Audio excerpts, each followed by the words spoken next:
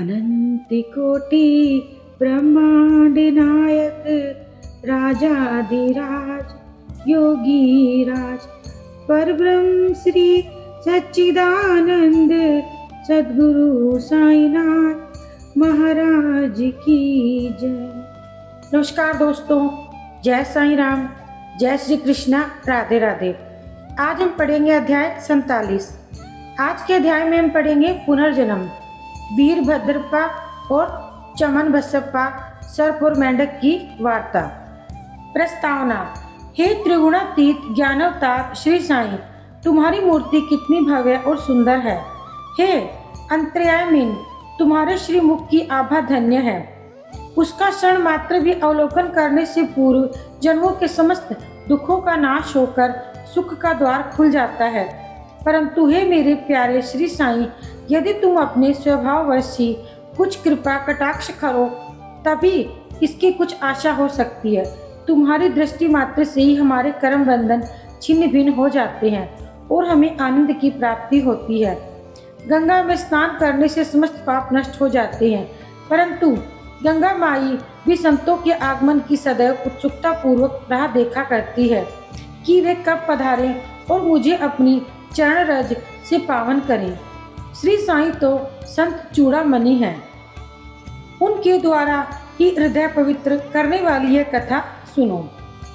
सर्प और मेंढक। श्री साईं ने कहा, एक दिन प्रातःकाल 7 बजे जलपान करने के पश्चात मैं घूमने निकला। चलते चलते मैं एक छोटी सी नदी के किनारे पहुंचा। मैं अधिक थक चुका था, इसी कारण वहां बैठकर कुछ विश्राम करने को मन किया। कुछ समय के पश्चात ही मैंने हाथ पैर धोए और स्नान किया। तब कहीं मेरी थकावट दूर हुई, मुझे कुछ विश्रांति का अनुभव होने लगा। उस स्थान पर से एक पगडंडी और एक बैलगाड़ी के जाने का मार्ग था, जिसके दोनों ओर सघन वृक्ष थे। मलय बयात मंद मंद बह रही थी। मैं चिलम भर ही रहा था, इतने में ही मेरे कानों में एक मेंढक के बुरी तरह टर्राने की ध्वनि पड़ी। मैं चकमक सुलगा ही रहा था, इतने में ही एक यात्री वहां आया और मेरे समीप आकर मुझे प्रणाम किया और घर पर पधारकर भोजन करने तथा विश्राम करने का आग्रह करने लगा। उसने चिलम सुलगाकर मेरी ओर पीने के लिए बढ़ाई। मेंढक के टर्राने की ध्वनि सुनकर वह इसका रहस्य जानने के लिए उत्सुक हो उठा। मैंने उसे बतलाया कि वह मेंढक कष्ट में है, जो अपने पूर्व जन्म के कर्मों का फल भोग रहा है। पूर्व जन्म के कर्मों का फल इस जन्म में भोगना ही पड़ता है, अतः अब उसका चिल्लाना व्यर्थ है। एक कष्ट लेकर उसने चिलम मेरी ओर बढ़ाई। थोड़ा देखूं तो आखिर बात क्या है। ऐसा कहकर वह उधर जाने लगा। मैंने उसे बतलाया कि एक बड़े सांप ने एक मेंढक को मुंह में दबा रखा है, इस कारण वह चिल्ला रहा है। दोनों ही पूर्व जन्म में बड़े दुष्ट थे और अब इस शरीर में अपने कर्मों का फल भोग रहे हैं। आगंतुक ने घटना स्थल पर जाकर देखा कि सचमुच एक बड़े सर्प ने एक बड़े मेंढक को मुंह में दबा रखा है। उसने वापस आकर मुझे बताया कि लगभग घड़ी 2 घड़ी में ही सांप मेंढक को निगल जाएगा। मैंने कहा, नहीं, यह कभी नहीं हो सकता। मैं उसका संरक्षक पिता हूँ और इस समय यहाँ उपस्थित हूँ कि सर्प की क्या सामर्थ्य है कि मेंढक को निगल जाए। क्या मैं व्यर्थ ही यहाँ बैठा हूँ? देखो मैं अभी उसकी किस प्रकार रक्षा करता हूँ। दोबारा चिलम पीने के पश्चात हम लोग उस स्थान पर गए। आगंतुक डरने लगा। उसने मुझे आगे बढ़ने से रोका कि कहीं सर्प आक्रमण न कर दे। मैं उसकी बात की उपेक्षा कर आगे बढ़ा। दोनों से कहने लगा, अरे वीरभद्रप्पा, क्या तुम्हारे शत्रु को पर्याप्त फल नहीं मिल चुका है, जो उस मेंढक की ओर तुम्हें यह सर्प की योनि प्राप्त हुई है? अरे अब तो अपना वैमनस्य छोड़ दो, यह बड़ी लज्जाजनक बात है। अब तो इस ईर्ष्या को त्यागो और शांति से रहो।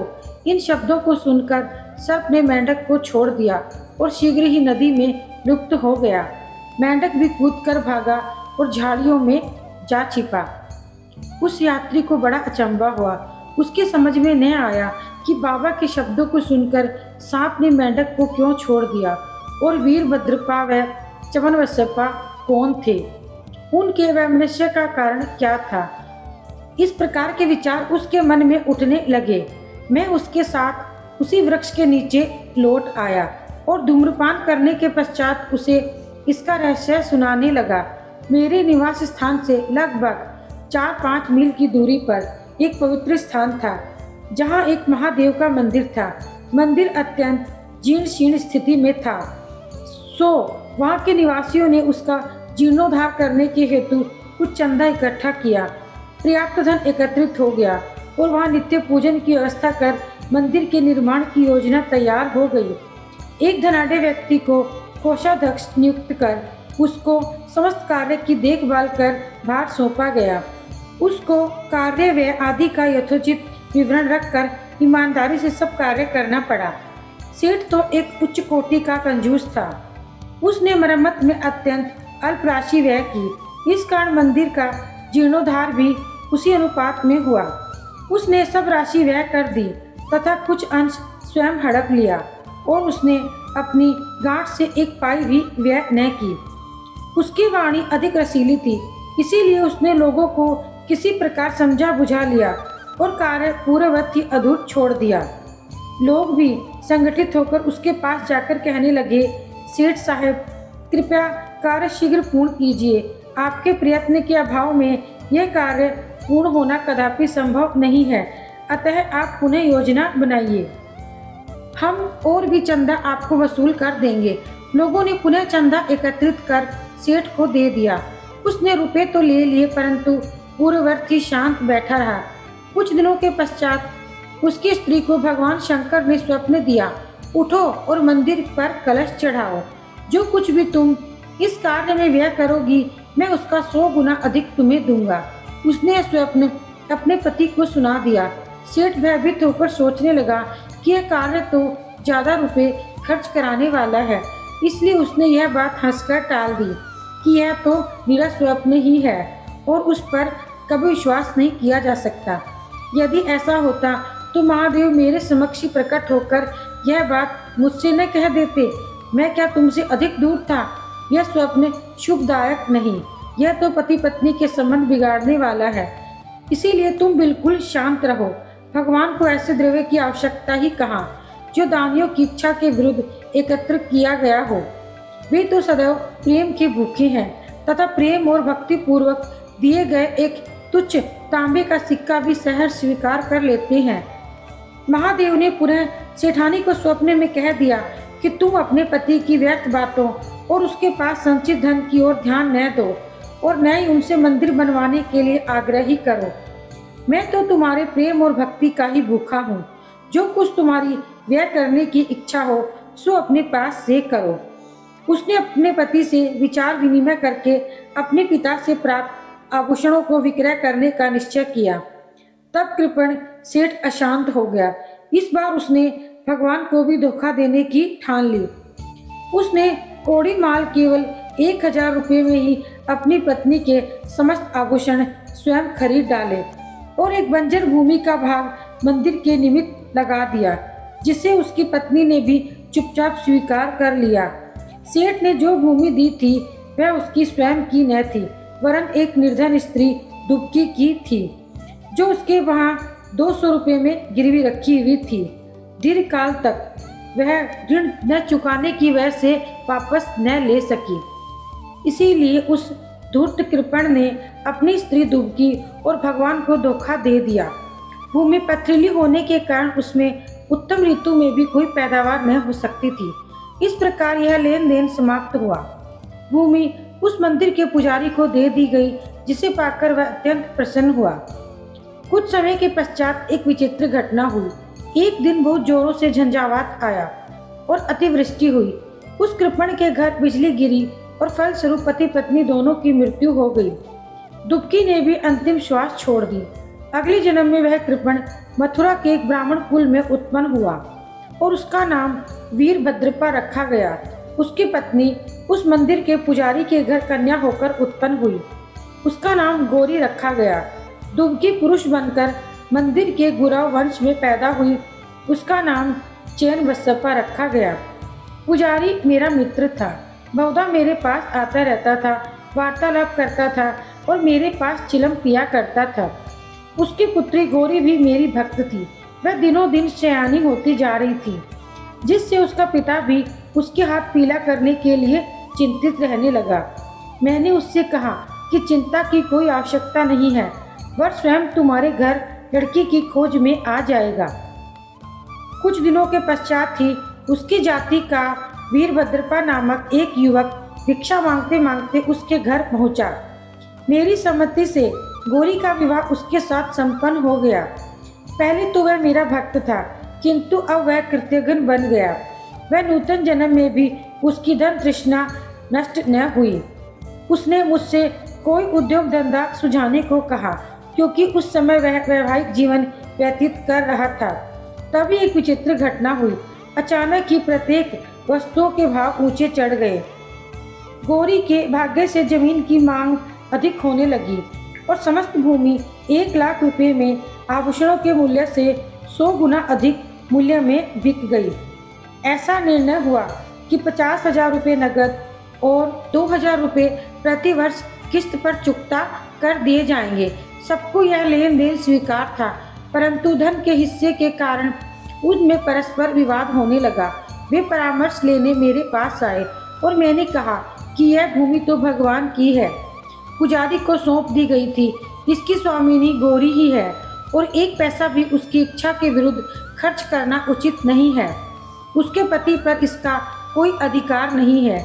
मेरे निर्णय को सुनकर वीरभद्रपा मुझसे क्रोधित होकर कहने लगा कि तुम गौरी को फुसलाकर उसका धन हड़पना चाहते हो।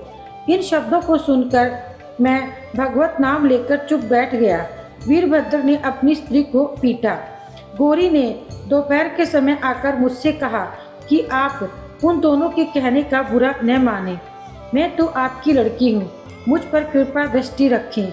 वह इस प्रकार मेरी शरण में आई तो मैंने उसे वचन दिया कि मैं 7 समुंदर पार भी तुम्हारी रक्षा करूँगा। तब उस रात्रि को गौरी को एक दृष्टांत हुआ। महादेव ने आकर कहा कि यह सब संपत्ति तुम्हारी ही है, इसमें से किसी को कुछ न दो। चैन बसपा की सलाह से कुछ राशि मंदिर के कार्य के लिए खर्च करो। यदि और किसी के कार्य में तुम्हें खर्च करने की इच्छा हो तो मस्जिद में जाकर बाबा से परामर्श करो। गौरी ने अपना दृष्टांत मुझे सुनाया और मैंने इस विषय में उचित सलाह भी दी। मैंने उससे कहा कि मूलधन तो तुम स्वयं ले लो, ब्याज की आधी रकम चैन बसपा को दे दो। वीरभद्र का इसमें कोई संबंध नहीं है। जब मैं ऐसी बात कर ही रहा था, वीरभद्र और चैन बसपा दोनों लड़ते झगड़ते हुए आ गए। मैंने दोनों को शांत करने का प्रयत्न किया तथा गौरी को वह महादेव का स्वप्न भी सुनाया। वीरभद्र क्रोध से उन्मत्त हो गया और चैन बसपा को टुकड़े टुकड़े कर मार डालने की धमकी देने लगा।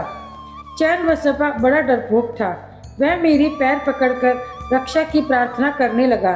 तब मैंने शत्रु से उसका छुटकारा करा दिया। कुछ समय के पश्चात दोनों की मृत्यु हो गई। वीरभद्र सर्प बना और चैन बसपा मेंढक बना। चैन बसपा की पुकार सुनकर और अपने पूर्व जन्म की स्मृति करके मैं यहाँ आया हूँ और इस तरह से उसकी रक्षा कर मैंने अपने वचन पूर्ण किए। संकट के समय भगवान दौड़कर अपने भक्त के पास जाते हैं। उसने मुझे यहाँ भेजकर चैन बसपा की रक्षा कराई। यह सब ईश्वरीय लीला है। शिक्षा। इस कथा से हमें यह शिक्षा मिलती है कि जो जैसा बोता है वैसा ही काटता है, जब तक कि भोग पूर्ण नहीं होता। पिछला ऋण और अन्य लोगों के साथ लेन देन का व्यवहार जब तक पूर्ण नहीं होता, तब तक छुटकारा भी संभव नहीं है। धन तृष्णा मनुष्य का पतन कर देती है और अंत में इससे ही वह विनाश को प्राप्त होता है। और इसी के साथ यह अध्याय यहीं समाप्त होता है। जय साईं राम।